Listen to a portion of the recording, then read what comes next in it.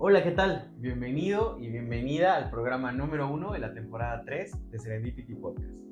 Yo soy Freddy Estrada, soy psicólogo y soy uno de los socios de Serendipity, y tal cual te he acompañado en todas estas temporadas y programas, te recuerdo que nos des seguir, que te suscribas al canal y le piques a la campanita para que cada uno de nuestros videos y contenidos te reporte una notificación y puedas seguirlos viendo como lo has estado haciendo.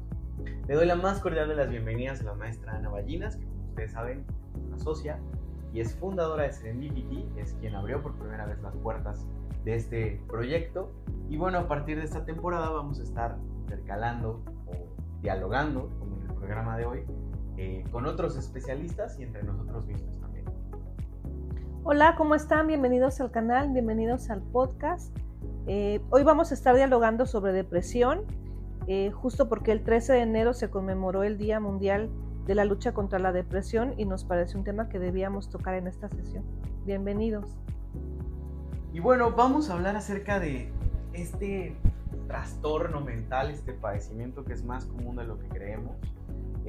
No hay una cifra exacta, no hay un monto que diga cuántas personas en el mundo viven actualmente con depresión, sobre todo porque el tema del diagnóstico es muy complicado, porque también está Aunque envuelto... hay estimados, ¿no? Hay estimados, sí, Uh-huh. sí. Está como envuelto de mucho estigma, está como envuelto de falta de atención en temas de salud pública, de prioridad la salud mental en algunos gobiernos en el mundo.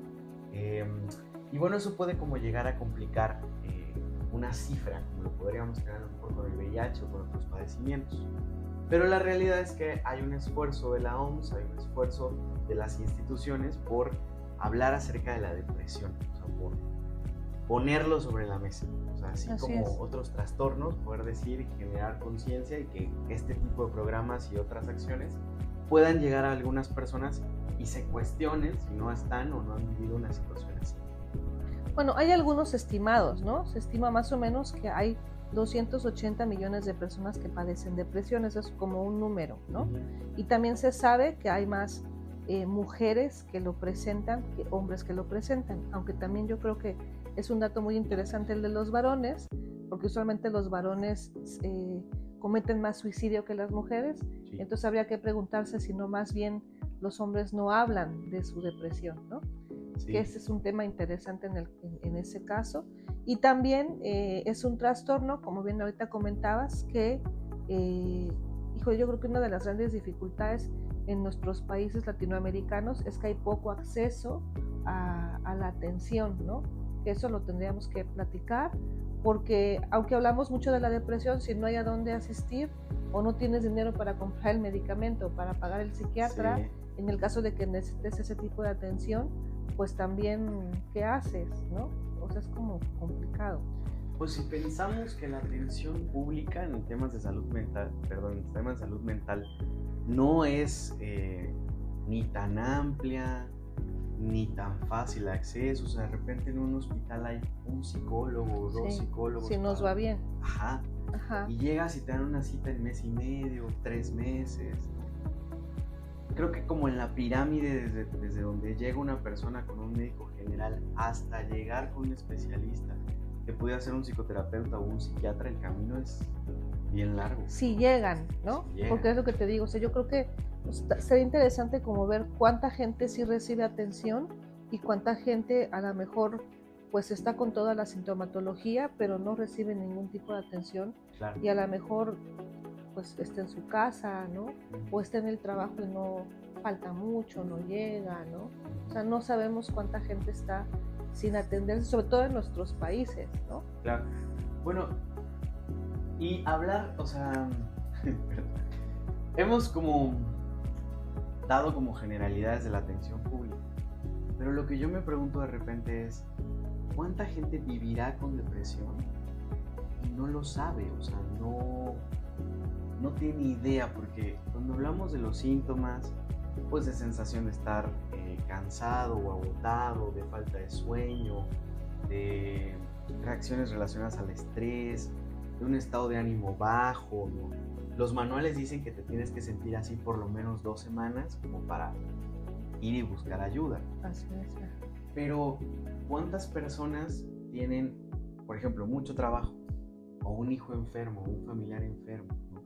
O una demanda, o no tienen dinero, ¿no? Y empiezan como a dejar un poco a un lado esta sensación y continúan con su vida diaria y llevan años así. Que bueno, yo creo que también tendríamos que distinguir, ¿no? O sea, creo que de repente todos decimos, amanecí depre, estoy depre, ¿no? Y bueno, lo normal es que tengamos cambios de humor a lo largo de los días, ¿no? O sea, yo un día puedo amanecer triste, ¿no? Porque a lo mejor, no sé, terminé con mi novio, claro, ¿no? Y estoy triste, ¿no? Y bueno, o sea, terminas, ya te estás triste, pero un poco tu vida sigue y parece que tus actividades las sigues teniendo, sigues saliendo, ¿no? Sí. ¿Cuándo hablaríamos de una depresión? Cuando la persona permaneció con el estado de ánimo triste y comienza a dejar de hacer cosas que usualmente disfrutaba, ¿no? Sí. Eso es como un signo. Como bien decías, que además ya tenga como varios días en esa misma situación y que comienza a dejar de hacer cosas en el trabajo, en su vida personal, ¿no? Sí. Y como bien decías, puede haber síntomas de falta de hambre, o tener mucha hambre, falta de sueño, tener mucho sueño, sí. El estado deprimido, ¿no? Dejar de disfrutar de hacer cosas que hacía usualmente, te digo, salir, ir al cine, ¿no? Ver gente, sí. Y que esto afecte su vida. O sea, ya hay gente que no sale, hay gente que no se levanta, ¿no? O hay gente que sí se levanta, que sí va al trabajo, que sí va a la escuela, pero que la sensación interna es todo el tiempo estar muy triste, ¿no? Pues creo que esos son los más, o sea, creo que esos son los casos que como que te conmueven mucho cuando, por ejemplo, logran el suicidio, ¿no? O sea, ándale, que bueno, si ya sería como el extremo, ¿no? Ajá, o sea, que dices, pero si él actuó normal, pero si era un gran actor, era un gran trabajador, era un gran papá, ajá. Nadie lo veía, ¿no? O sea, de repente hay personas que son bastante funcionales, como dices tú, pero lo difícil es el estar solos, ¿no? Lo difícil es el estar como contigo mismo. Y fíjate, hay de repente una crítica muy grande que se hace hacia los terapeutas, incluso hacia los médicos, cuando alguien, por ejemplo, comete suicidio, de ¿cómo no lo viste? ¿No? O sea, ¿cómo no te diste cuenta en la primera sesión? Pero también, Freddy, sería interesante decir que no todas las gentes que están, o sea, no todas las gentes que se suicidan están en estado de depresión, porque también sería como decir, todos los que se suicidan, no. Casi ya. Algunos sí, otros no. Algunos tienen otros trastornos mentales, o algunos únicamente fue como un acting, ¿no? O sea, hay personas que se logra, ¿no? Sí, claro. Lo que sí es interesante es, o sea, cómo podemos, o sea, es que luego si pensamos, alguien que está deprimido está en su casa tirado en la cama, y bien dices, puede haber gente que vaya a trabajar, que sea un esposo, que sea una esposa que está deprimido, ¿no? Y que tiene esta sensación. Yo ahorita, por ejemplo, que preparaba el tema, estaba leyendo, ¿no? Que de todas las mujeres, por ejemplo, que paren, el 10% tiene depresión postparto. Y decía que interesante, porque usualmente las mujeres que dan a luz, casi nunca hablas de eso cuando hablas con tus amigas. Te va a dar depresión postparto, ¿no? Claro, o sea, sí. Usualmente cuando das a luz tienes como una sensación de que solo a ti te están pasando muchas cosas, pero en realidad nunca te dijeron. O sea, sí te puede dar algo y hay que estar pendiente de que no solo del bebé, ¿no? Sí. Sino también de la mamá, que no vaya a tener depresión postparto. Dije, ay, qué interesante, porque nunca te lo dicen. O sea, nadie te dice, te puede dar depresión postparto y debes hacer, o te puede dar algo peor, porque no hay mujeres que se psicotizan, ¿no? Y se me hizo muy interesante porque justo como eso, muchas veces la gente no lo sabe, ¿no? O sea, no está pendiente de, bueno, a lo mejor estoy en estado depresivo. ¿Y qué debo de hacer? O sea, ¿dónde voy? ¿Voy con el médico general? ¿Voy con el psiquiatra? ¿Voy con el psicólogo? O sea, ¿a dónde acudo? Ahorita pensaba y decía, ¿cuántas mujeres lo han vivido? ¿Y cómo lo superaron? Si lo superaron, porque el momento del parto es un momento físicamente muy cansado también. El posparto. Bueno, perdón. Bueno, el parto y el posparto, como los ¿no? primeros meses son muy cansados, o sea, duermes poco, hay cambios en tu cuerpo. Y ella es un poco lo que decía al principio, o sea, estás tan ocupada en ser mamá. Sí, que te das. Aunque, fíjate, yo cuando tengo una amiga hace mucho tiempo que tuvo depresión postparto, y cuando la fuimos a ver era como muy evidente que algo estaba pasando, ¿no? porque ella no podía hacerse cargo del bebé, un poco con la sensación era de no lo voy a poder cuidar. Y ella ahora cuando platicamos, ¿no? Además es psicóloga, ella dice, o sea, yo no me daba cuenta que me estaba pasando algo, pero algo me estaba pasando, ¿no? El bebé lloraba mucho, ¿no? Le costaba mucho trabajo cuidarlo, ¿no? Y realmente ella dice, o sea, yo creo que estuve deprimida 2 años. 2 años. Hasta que entré a trabajar, ¿no? Como que eso la devolvió a ella, ¿no? Pero ella dice, o sea, yo después como que cavilé que fueron 2 años de no estaba bien anímicamente, pero nunca fue atención. O sea, es lo que te digo, no te dicen que te puede pasar y entonces no vas. O como con los niños, ¿no? Tenemos esta idea de que la infancia es bonita, es alegre, todo es color de rosa, nunca hay como infelicidad o no hay tristeza, ¿no? Y los niños también se pueden deprimir, ¿no? Y no tener necesariamente síntomas asociados a la depresión. Ándale, exacto, es lo que iba a decir. O sea, puede que un niño esté irritable, que esté enojado, ¿no? Que esté violento y que en realidad esté pasando por un cuadro depresivo, ¿no? Es que, bueno, como para explicarle un poco a la gente que nos ve, hay síntomas, vamos a decirlo, activos o síntomas que se manifiestan en conductas o en comportamientos que se notan o que requieren energía, ¿no? Que tienen que ver con la relación de otras personas, con otras personas.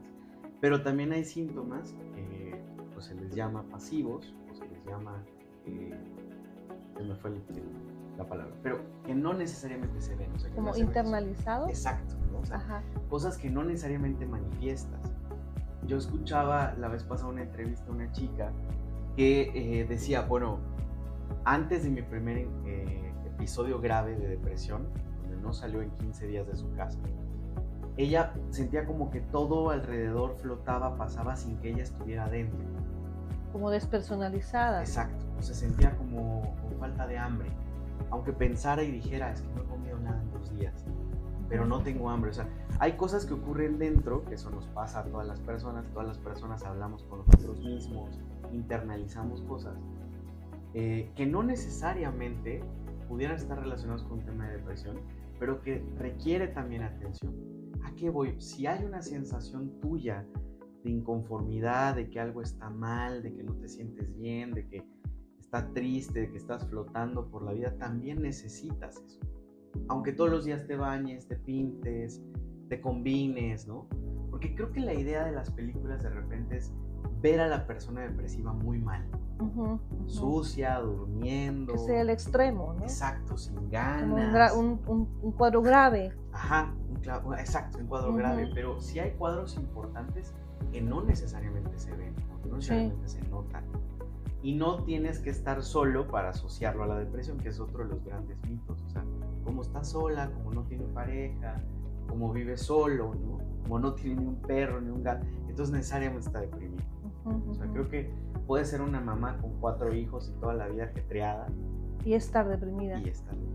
¿No? O tener sensación de mucha tristeza, ¿no? Sí.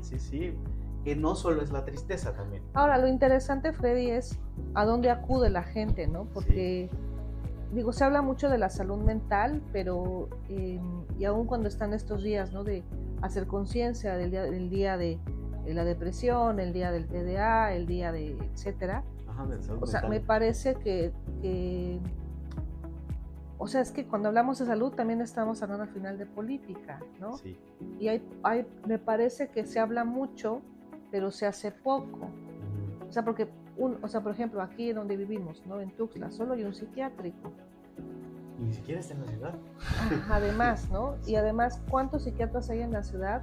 ¿Cuánto cuesta la consulta? O sea, en realidad es cuánta gente tiene de verdad acceso a servicios de salud mental públicos. El DIF, ¿no? El Seguro Social, que tiene un psicólogo. O sea, en realidad es cuánta gente puede atender, además que como tú dices, ¿no? Va a una cita, lo citan dentro de 6 meses. Si le dieron además, por ejemplo, los medicamentos, ¿no? Que también causan mucha... seguro que te pasen la consulta, causa mucha duda. ¿Se lo doy, no se lo doy, no? Yo he tenido adolescentes que en cuanto se hace la referencia al psiquiatra dejan de venir, ¿no? Que también es lo otro, Freddy, o sea, es cuando combinas la psicoterapia con el medicamento, ¿no? Porque también tiene que ser un tratamiento que se combine, ¿no? O con otro especialista. O con otro especialista, claro. ¿no? Pero, o sea, voy al sentido de cuando hablas ya de, lo voy a enviar al psiquiatra y posiblemente se tenga que medicar, o también, digo, ya también de muchos colegas, de no es necesario el medicamento, tú solito, ¿no? Tú puedes, o sea, creo que hay como estos dos extremos de o solo el medicamento o nada de medicamento, y a veces me parece que también tenemos que hacer combinaciones de tratamientos, ¿no? Sí. Pero bueno, el punto al que voy es, ¿cuánta gente accede? El tema de los medicamentos que habría que como quitar esta etiqueta de si tomas medicamento está mal. No necesariamente vas a tomar el medicamento toda tu si vida. Voy al psiquiatra estoy loco. Si voy al psiquiatra estoy loco. O estoy muy grave porque el psicólogo ya no puede. O me voy a hacer adicto. Eso es muy común, ¿no? Es que se va a hacer adicto. Sí. No lo voy a tomar. Pero también hay trastornos mentales, por ejemplo, ¿no? Si hablamos de depresión, un trastorno bipolar que tiene depresión y manía al mismo tiempo, ese es un paciente que necesita la atención de un psiquiatra, ¿no? Sí. O va a llegar hasta el suicidio. Sí. O sea, como todas estas aristas que pueden pasar, o los niños, ¿no? Tienes un niño que a lo mejor tal vez, nunca me ha tocado ver un niño deprimido que requiera este pensamiento de a lo mejor lo tenemos que medicar, pero sí adolescentes, ¿no? Que dices, híjole, o sea, se me va a matar, ¿no? Lo tengo que enviar al psiquiatra, ¿no? Y que los papás acepten la canalización. O sea, todos esos aristas, Freddy, es complicado. O sea, en primer lugar, el acceso al medicamento, el medicamento es caro, la terapia, o sea, la sesión de los médicos a veces es cara. Sí. ¿No? O sea, en realidad es que, o sea, sí siento que hablamos mucho, pero necesitaríamos más políticas y lugares donde la gente pueda acceder a más espacios para la atención, ¿no? A propósito de que ayer hablábamos de un documento que estamos leyendo sobre temas de salud mental, de los 33 congresos que existen en la República Mexicana, solo hay 4 que han legislado de la Ley General de Salud una Ley General de Atención Mental. O sea, de todo el universo de los sistemas médicos de proximidad hacia la población, también están incluyendo una clínica de psicología y una clínica de atención psiquiátrica, pero solo 4. O sea, quedan 29 que están ignorando todo ese tipo de... 4 congresos de 4 estados. Exactamente. ¿Cuáles? Es Morelia, Aguascalientes, la Ciudad de México y Puebla. Qué interesante. Solo esos 4. O sea, entonces... ¿Pero lo llevan a la práctica? Eso es otra cosa, que no sé, ¿no? O sea, debería de haber entonces así como existe... Porque, por ejemplo, ayer yo leía, ¿no? Ajá. Aquí, digo, nosotros vivimos en Chiapas, y ayer yo leía, ¿no? Que que aquí en Chiapas, que es nuestro nuevo gobernador, quiere que se haga vigente la ley de atención al autismo, ¿no? Y yo decía, está padrísima su ley, pero en la vida real, ¿cuántas familias se quedan sin atención? Es lo mismo que estamos hablando hoy de la depresión, o sea, están padrísimas. Digo, qué bueno que se legisle, sí, qué bueno, hay que legislar, porque además eso hace que sea más seguro, claro, ¿no? Que se destinan recursos y todo. Pero en realidad, Freddy, es cuánta gente de verdad va a acceder porque además si hablamos de una clínica y de para un estado completo, claro, híjole, el psicólogo te va a ver una vez cada... Pues hemos platicado con gente que trabaja cada año 120 pacientes al mes. O sea, el tema yo creo que es analizar la demanda para propiciar una atención integral. Pero bueno, como dices tú, por lo menos si ya está en ley, ya se puede buscar la manera de que el recurso se destine y se llegue. Y por otro lado es bien interesante porque hay factores, o sea, todas las personas tenemos la posibilidad de sentirnos tristes, emocionalmente afectados, con cuadros depresivos, que es algo interesante que deberíamos de aclarar. O sea, la depresión como la estamos hablando en estos ejemplos, pues ya es todo un trastorno. O sea, presentas varios síntomas, llevas ya un tiempo, ¿no? Exacto. Ha afectado tu vida, ¿no? O sea, no es que un día estoy triste. Exactamente. Y también existen episodios depresivos que no necesariamente son un trastorno o una enfermedad, que nos pasan a todas las personas. Pero que no llegan a un trastorno. Exacto, ¿no? O sea, por ejemplo, viene una persona que hace poco me tocó, una mamá que había perdido a su propia mamá, y me decía, es que creo que estoy en depresión, porque tiene 3 meses que mi mamá se murió y mi mamá era el centro de mi vida. Y yo decía, bueno, a ver, sea, sí, pero pues hay un gran duelo, ¿no? Hay de Claro. repente cosas en la vida que nos pasan. Factores sociales o familiares, afectivos, como la pareja, ¿no?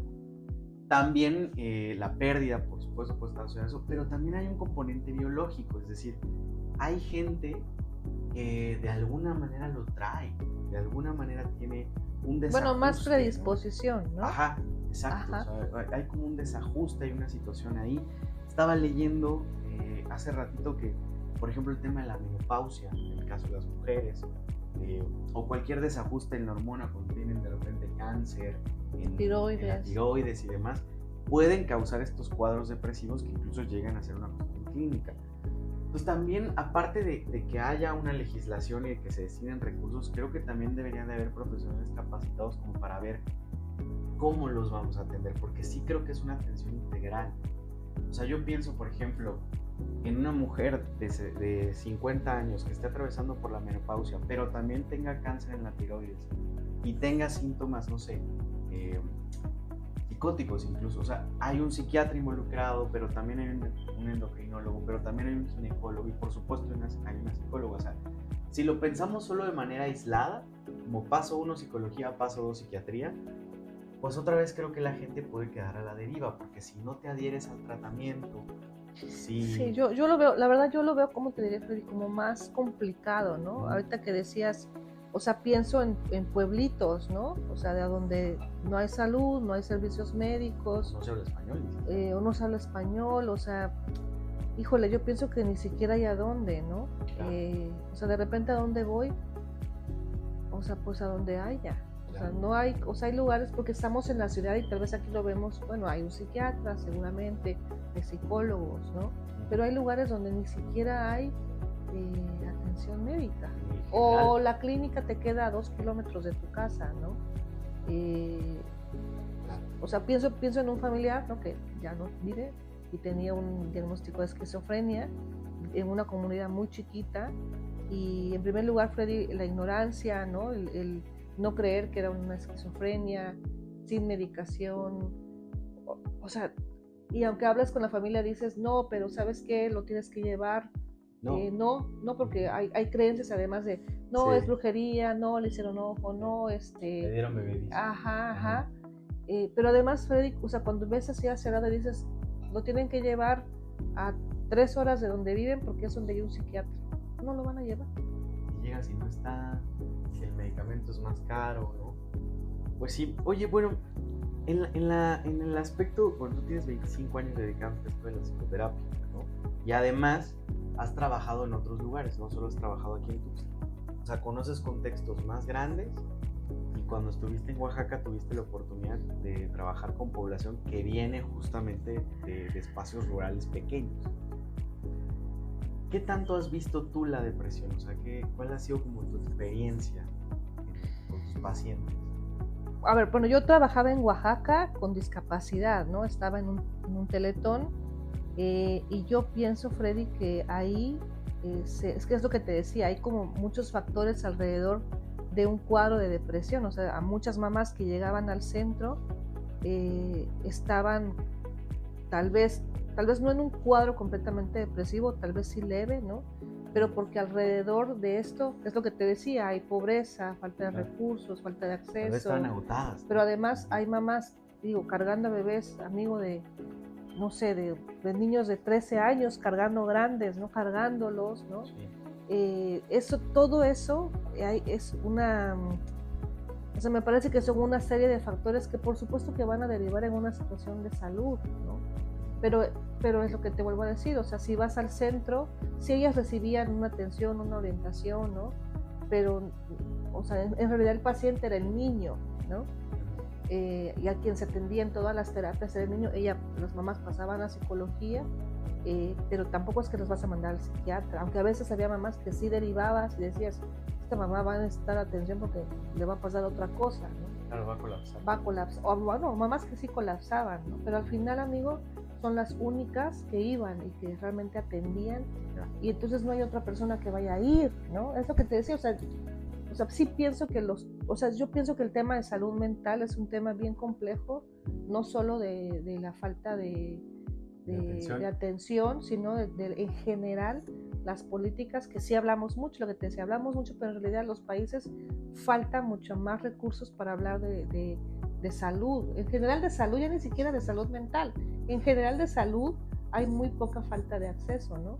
Ahorita que me preguntabas de la experiencia, pues apenas fuimos a finales de año, ¿no? A ver esta práctica de autismo a Pinotepa, y es un lugar muy chiquito y yo me quedo fría de decir, no, pues no hay ningún lugar, o sea, no hay un neurólogo, no hay a dónde van las mamás, y la pregunta que me hacían, una de las preguntas que hacían en la charla era, ¿a dónde llevo a mi niño con autismo? O sea, mi respuesta fue aquí, a donde lo tengo, o sea, donde lo puedas llevar, ¿no? Entonces, y sí creo, incluso aquí en la ciudad, me ha tocado ahora mucho ver adolescentes después de la pandemia, ver mucho adolescentes, no sé si a ti te pasó, adolescentes y niños, que para mí era muy sorpresivo ver niños, por ejemplo, sí había visto muchos niños, pero TDA, ¿no? Pero depresión, ansiedad en niños, adolescentes. Después de la pandemia yo vi como un disparo, y además vi un incremento mucho en mujeres, adolescentes. O sea, yo lo relaciono mucho, por ejemplo, porque al igual que tú después de la pandemia, o sea, tal vez nosotros dejamos de ver pacientes presenciales en 2020, mediados del 2021. Ajá. Y las clases aquí se regularizaron en el 2022. Ajá. O sea, fueron 2 años. A mediados, ¿no?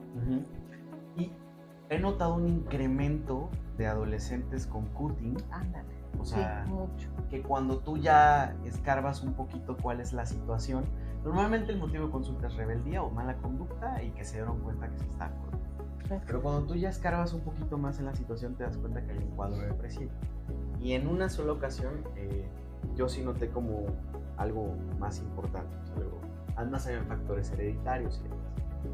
Pero sí es cierto que hoy en día, como manifiestan sus emociones, es bien diferente. Sí. O sea, también es cierto que hay más niños y niñas que vienen con cuadros depresivos. Bueno, a mí particularmente me toca mucho porque trabajo con población que vivió violencia sexual.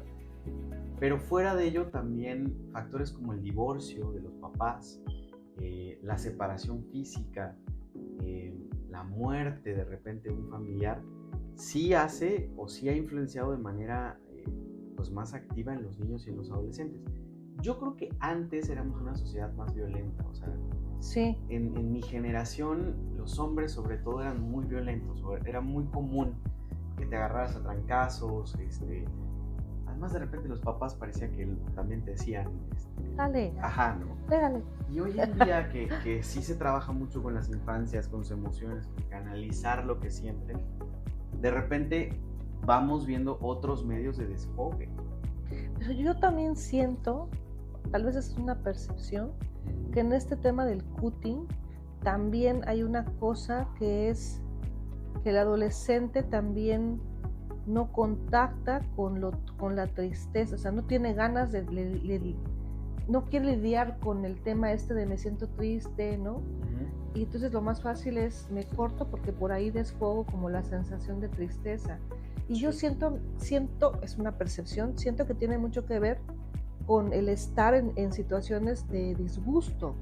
O sea, a lo mejor a nuestra generación todavía los papás decían, pues así es, ¿no? Y te tienes que aguantar, y te aguantabas, ¿no? Tolerabas un poco más la frustración. Pero ahora hay como un tema ahí de que el niño no se frustre, de que no esté... Yo tengo papás en sesiones y a veces les digo, ¿no?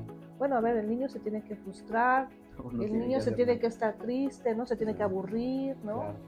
Si no le puedes comprar el teléfono, pues no se lo puedes comprar y tiene que ir con esa frustración. Pero hay como una inmediatez, todo es rápido, todo es... O sea, los niños de ahora todo lo tienen rápido. Sí. O sea, no saben qué es un diccionario porque ahora todo lo buscamos aquí, todo está acá.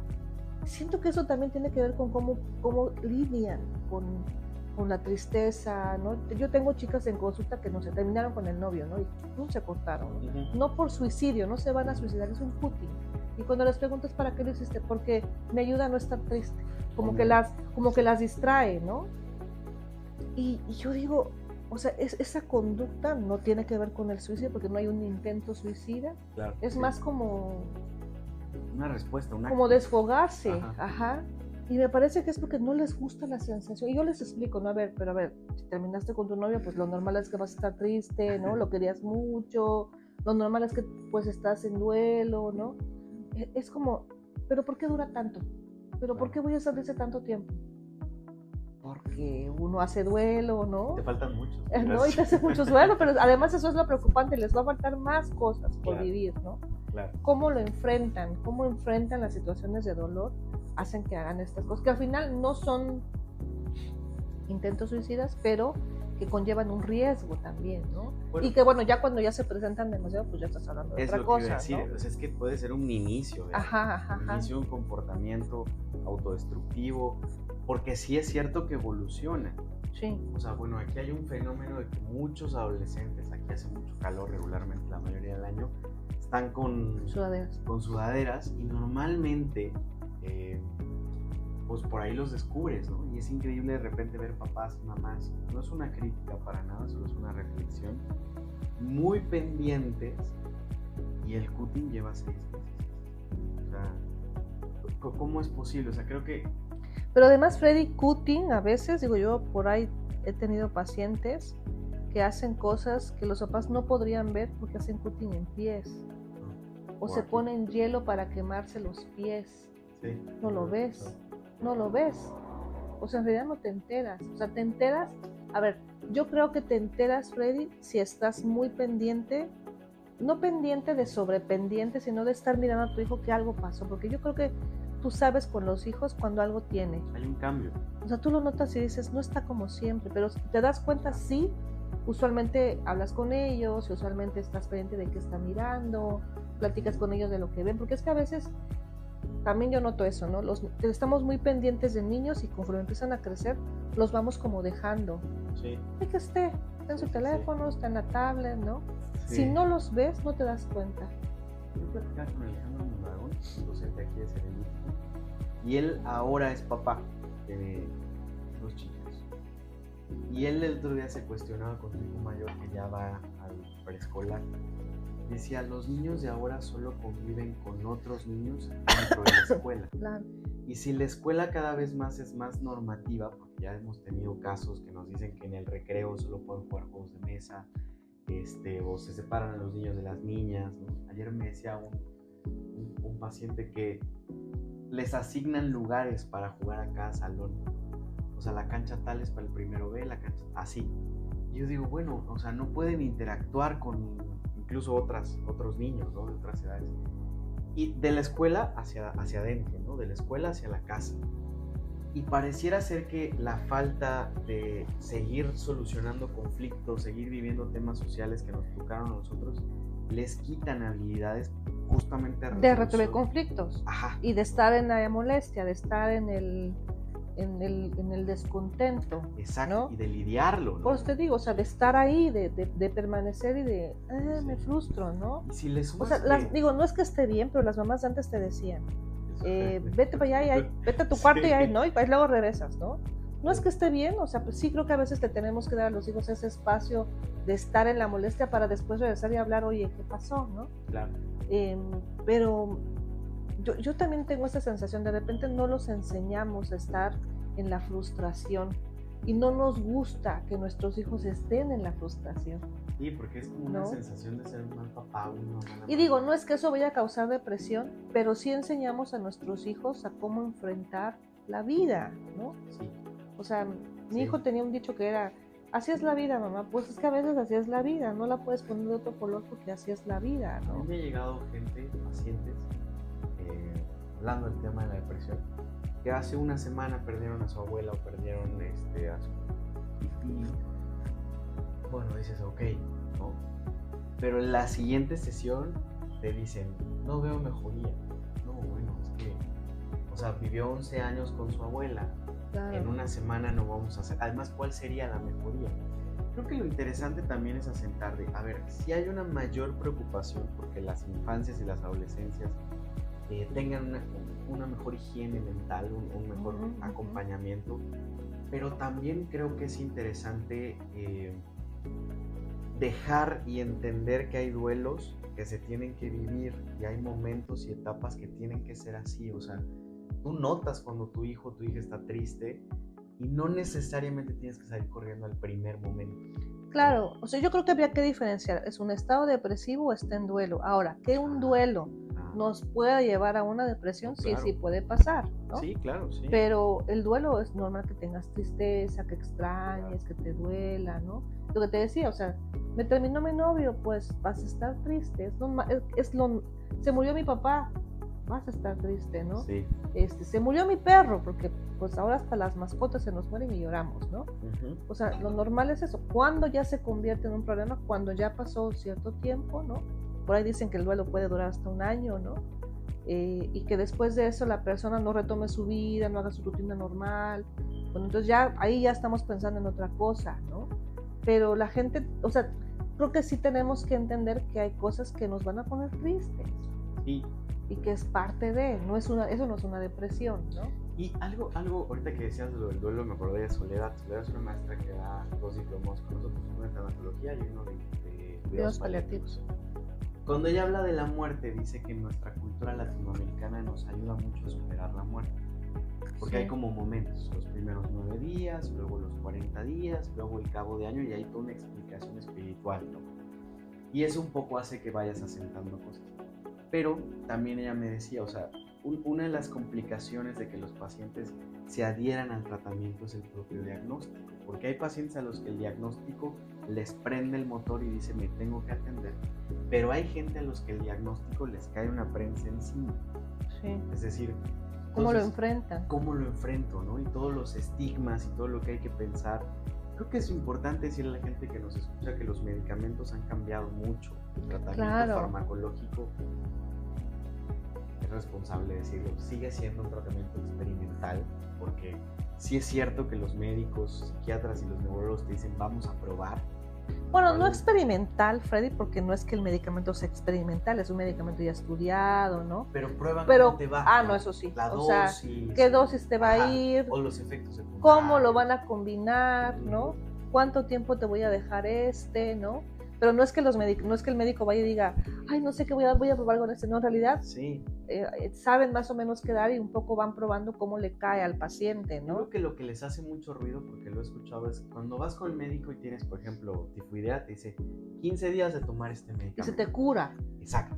Y el psiquiatra un poco te va a decir, te voy a dar a lo mejor un cuarto de esta pastilla por 15 días, vuelvo a ver. Pero vale la pena decir, Freddy, yo creo que el tratamiento es en combinación, ¿no? Exacto. O sea, hay que recibir cuando es necesario el tratamiento psiquiátrico, pero a la par necesitamos tener el acompañamiento psicoterapéutico, ¿no?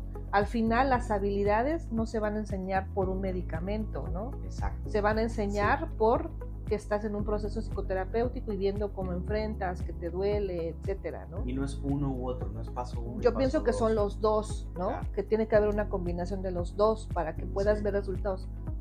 Y también dejar claro, o sea, hay muchos pacientes que van a tomar el medicamento. Ahorita yo justamente estoy con una paciente que probablemente vamos a dar de alta pronto. Lleva tomando, es una adolescente, lleva tomando un medicamento casi un año ya completo. Hay uno que ya se lo acaban de retirar y están por ver el otro cuando lo retiramos, pero llevamos un año de tratamiento, de terapia, de acompañamiento, ¿no? De ir para atrás y volver a avanzar, ¿no? Y ahorita ya probando, ya espaciando citas para ver cómo va todo, ¿no? Pero, o sea, creo que son combinaciones y también que la familia acepte que necesitamos hacer las dos cosas o va a pasar otra cosa, ¿no? Claro. O sea, yo creo que son las dos cosas y también las terapias, ¿no? ¿A qué terapia voy? O sea, voy a un cognitivo-conductual, que ahorita es la que más reconocimiento tiene para los trastornos depresivos. Sí, más hay como más marcos de cómo tratar. Ajá, hay más protocolos, ¿no? O a dónde voy, ¿no? O voy con un médico general. Yo tengo pacientes, amigos, que están medicados con sertralina por un médico general y no tienen proceso psicoterapéutico, ¿no? Y ahí es donde dices, híjole, bueno, qué bueno que le dieron la sertralina, pero también necesita que el proceso psicoterapéutico se esté llevando, ¿no? Es que, bueno, como para aclarar, o sea, el medicamento va a ayudar al proceso biológico, o sea, orgánico. Exactamente, a la producción de neurotransmisores, a regular las hormonas, dependiendo de hacia dónde vayan. Pero al final, recordemos que hay causas sociales y psicológicas que también producen esta respuesta.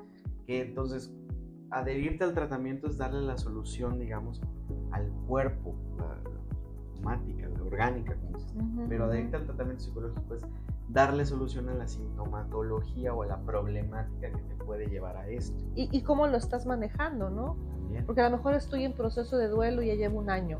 ¿Cómo estás manejando el duelo, no? También. O a lo mejor, no sé, es que muchas cosas pueden estar presentes en la depresión, ¿no? A lo mejor, no sé, me corrieron del trabajo y no tengo trabajo desde hace un año también, ¿no? Siento que no sirvo para nada, etcétera. O sea, todas esas cosas no van a mejorar con el medicamento, van a mejorar en la interacción con otra persona, ¿no? Es que hay sensaciones de repente con el medicamento, porque además hay que decirlo también. O sea, no van a mejorar solo con el medicamento. Exacto. Vale la pena que lo diga. También hay que decirlo, o sea, ¿no? yo siempre le digo a la gente, el tratamiento psiquiátrico, el tratamiento farmacológico, a diferencia de cuando tomas un paracetamol y te quita la fiebre, te toma tiempo. Además, O sea, además, no vamos a ir a la consulta hoy sí. y a partir de mañana Ya. me voy a empezar a sentir bien. Exactamente. Sí, no. Es un poco la respuesta muy biologicista a la que estamos acostumbrados con el fármaco. Porque vamos por otras cosas y te curas rápido. Claro. Tengo diarrea, me tomo un medicamento para la diarrea y ya me curé. Ajá. Pero con la depresión y con otros temas de medicación se necesita tiempo para que la persona responda también. Y como tú decías ahorita, también a veces hay medicamentos que no le van a ayudar tanto y que el psiquiatra un poco dice, bueno, voy a probar con otra cosa, ¿no? Entonces ese es el papel, ¿no? del psiquiatra, como ir probando qué nos va a ayudar para este paciente, ¿no? No necesariamente es un mal profesional. O sea, no. Son como los grandes mitos, ¿no? Llevo 15 días, me cambió el medicamento, entonces está experimentando conmigo. O no, llevo una semana, no siento nada. Por ejemplo, los medicamentos que llevan a los niños con TDA, ¿no? Sigue igual. Ajá. Y bueno, es que vamos poco a poco, ¿no? Está dopado. No, si está dopado está mal medicado, ¿no? También, eso es real. Entonces sí lo que yo creo que es importante decir es, hay que desmitificar el uso de los medicamentos. El medicamento a veces es necesario. ¿Sí? Si te duele la cabeza y te tomas algo para el dolor, ¿por qué no tomarte algo cuando crees que ya no puedes aguantar esta vida, ¿no? Claro. Y no, eso no te hace ni peor persona, ni eres débil. En realidad solamente estás necesitando un apoyo para estar funcionando mejor en la vida, ¿no? Bueno, aquí nuestro productor nos está corriendo porque ya se nos está terminando el tiempo, pero bueno, lo último que decir, o sea, porque creo que es importante, la gente le tiene mucho miedo a los efectos secundarios. Si ustedes toman un medicamento y la cajita en la parte de atrás normalmente dice contraindicaciones, todos los medicamentos bajo situaciones particulares pueden tener un efecto secundario.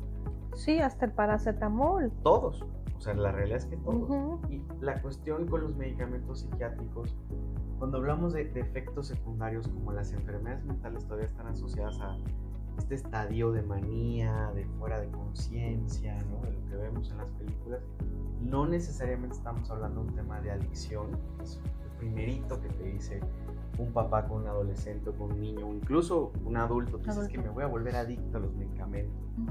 No necesariamente, o sea, el medicamento por sí mismo no genera adicción, a menos que la dosis que tú consumas no sea la adecuada. Y que no esté controlado por el médico especialista. O que se consuma con alcohol, ¿no? O que la frecuencia del consumo no sea la que te indican. Sí causan problemáticas la mayoría de ellos cuando decides suspenderlos de la noche a la mañana. Eso también es cierto, o sea, creo que es importante decir que no solo los medicamentos psiquiátricos causan problemas en el estómago, porque a veces tenemos malas prácticas de tomarlo antes de desayunar, ¿no? Y hay gente que, y por eso lo digo, hay gente que dice es que desde que tomo el medicamento psiquiátrico me dio gastritis. No, o sea, no necesariamente está atado a eso. Y lo último es que no necesariamente el medicamento psiquiátrico va a desencadenar otra problemática. Y lo que decíamos, ¿no? Debe ser un conjunto, debe ser la psicoterapia y si es necesaria la atención psiquiátrica, ¿no? No solo una u otra, creo que son las dos, ¿no? Y la otra es, o sea, sí invitar, o sea, que si algo está pasando contigo, sí acudas a la atención, ¿no? Sí preguntes qué está pasando y que se pueda atender en la medida de las posibilidades de las personas, justamente para evitar que esto se haga más, pues más profunda la tristeza, ¿no? Y que, bueno, ya lleguen a estados como el suicidio, ¿no? Que pudiera desencadenar, ¿no? Hay una línea de atención de la Secretaría de Salud Federal, que vamos a poner la liga en la descripción de esta, donde tú puedes llamar, es completamente gratis y te dan una asesoría que puede llegar hasta los 40-45 minutos, que te explican, te escuchan, te ayudan. Hay psicólogos entrenados, médicos entrenados, que bueno, eso es como me parece el programa más actual y más grande que tenemos, y siempre está la posibilidad de buscar a terapeutas, siempre está la posibilidad de buscar un médico, siempre está la posibilidad de buscar atención y ayuda ahora en línea. Ajá, ya se hace. así es. Y no dejarlo pasar, porque es igual de importante que una cirugía, es igual de importante que un padecimiento, es igual de importante que cuando tenemos temperatura. Hay que escucharnos, buscar ayuda, como dice Ana, la que se pueda. Pues sí, a veces la que hay, ¿no? Pero sí, buscar ayuda, ¿no? Siempre va a ayudar. Bueno, pues eso, gracias. Eso. Muchísimas gracias por su tiempo. Recuerda seguirnos, Educación Serendipity. Recuerda darle a la campanita para que te lleguen las notificaciones. Y aquí verás también a Ana con otros especialistas que vamos a invitar. Y compartir. Y compartir, es cierto. Muchísimas gracias.